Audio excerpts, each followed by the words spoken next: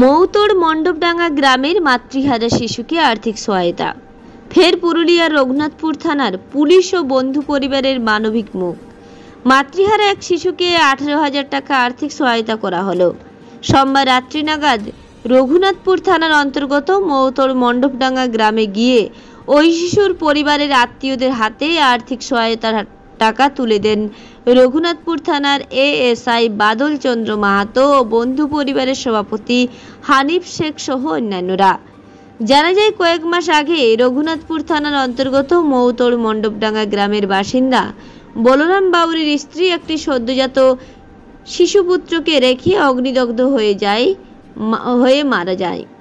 বেশ কিছুদিন ধরে শিশুটির পিঠে একটি টিউমার দেখা দিলে এএসআই বাদল চন্দ্র মাহাতো বিষয়টি বন্ধু পরিবারের কাছে সেই খবর পৌঁছাতে যৌথ উদ্যোগে ওই শিশুটির পরিবারকে আর্থিক সাহায্য করার পরিকল্পনা নেওয়া হয়।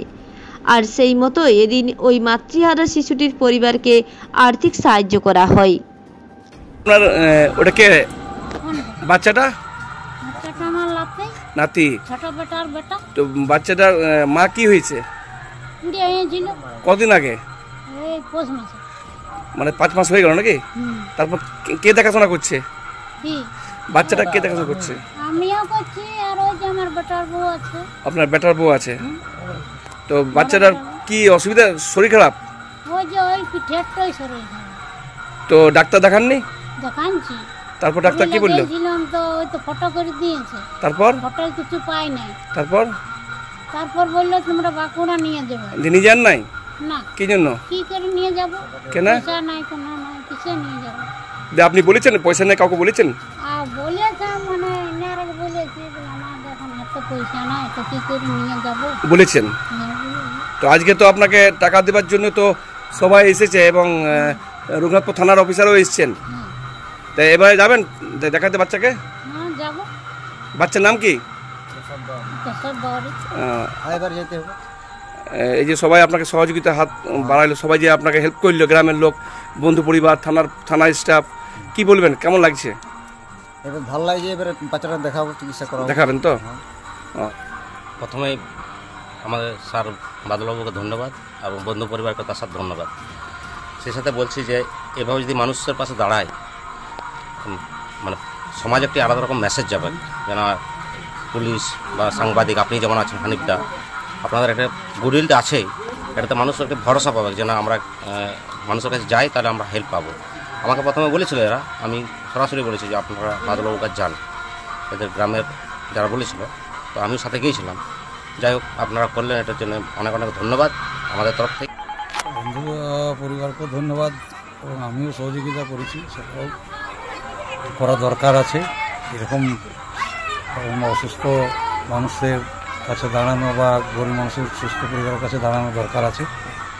যাক, বাচ্চাটার কি হয়েছে সেটা ডাক্তার দেখাবার পরের বিষয়।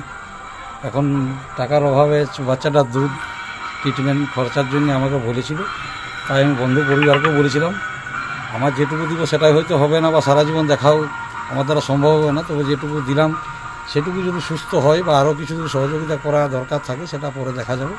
এবং মোটামুটি তারা সুস্থ থাকুক এবং বাচ্চাটা সুস্থ থাকুক, এবং ওই টাকা দিয়ে যেটুকু খাওয়ার সেইটুকু প্রয়োজন মতো খাক। আমরা এই মুহূর্তে রয়েছি পুরুলিয়া জেলার রঘুনাথপুর থানার অন্তর্গত বাঁধা মৌতড় কালী মন্দির। সবাই এক কথাই জানেন, সেই কালী মন্দিরের কিছুটা দূরেই মণ্ডপডাঙ্গা ওই পাড়াতে এসেছি আমরা একটা বিষয় নিয়ে। অবশ্যই আপনারা অনেকে লক্ষ্য করেছেন, আমি ফেসবুকে পেজে পোস্ট করেছিলাম এবং বন্ধু পরিবার গ্রুপে পোস্ট করেছিলাম।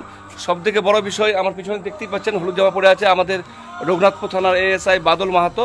উনি কিছু একটা নিজের ব্যক্তিগত টাকা উনি দিতে চেয়েছিলেন বাচ্চাটাকে। বিষয়টা আমাকে বলে যে বাচ্চাটার ঘটনাটা, তখন আমি বললাম স্যার তাহলে আমরা বন্ধু পরিবার আপনাকে সহযোগিতা হাত বাড়াবো, তাহলে মিলিয়ে জুলে যেটুকু হবে সে টাকাটা আমরা কালেকশন করব।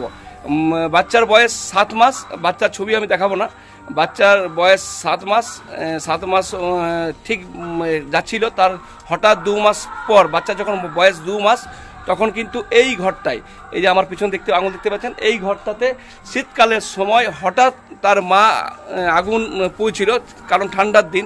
সেই হঠাৎ করে তার মা কিন্তু কাপড়ে আগুন লেগে যায় এবং বাচ্চাটাকে প্রাণে বাঁচিয়ে অন্য কারো হাতে তুলে দেয়। মা কিন্তু চিকিৎসা চলাকালীন মারা যায়। তারপর কিন্তু বাচ্চাটা একেবারে অনাথ হয়ে পড়ে। অনাথ হওয়ার পরেই তার ঠাকুমা, আসুন সামনে আসুন, এই যে দেখছেন ঠাকুমা, এই ঠাকুমার কাছে কিন্তু মানুষ করার মতন উনি দায়িত্ব নিয়েছেন। সঙ্গে বাবা রয়েছেন, বাবা হ্যান্ডিক্যাপ অবস্থায় আছে। বাবা কোথায়, আসুন একটু, এই দেখতে পাচ্ছেন এটা বাবা। বাবা কিন্তু কাজ করে, মোটামুটি লেবারের কাজ করে, কিন্তু সেবা করতে পারে না, চোখে অনেকটা কম দেখে, অনেকটা অসুবিধা আছে। আর ঘরে তো বিধবা এই বুড়ি মাকে দেখছেন একবার নিজেই উনি অস্থির হয়ে আছে। সেখানে কিন্তু ওই ছোট বাচ্চাটাকে আবার সেই পুরনো যে মায়ের যে দায়িত্ব, সেই মায়ের দায়িত্ব কিন্তু আবার উনি নিয়েছেন হাতে।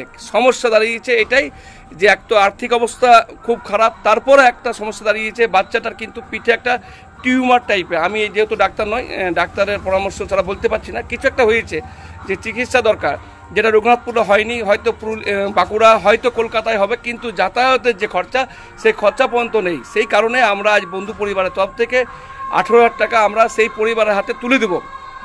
অবশ্যই আমরা কাজ করে খুশি, এটা ব্যক্তিগত আমি নয়, আমার বন্ধু পরিবার টিম এবং এই যে গ্রামের লোক দেখছেন, এই গ্রামের মানুষরা যথেষ্ট পরিমাণে সবাই কিন্তু সহযোগিতার হাত বাড়িয়েছেন।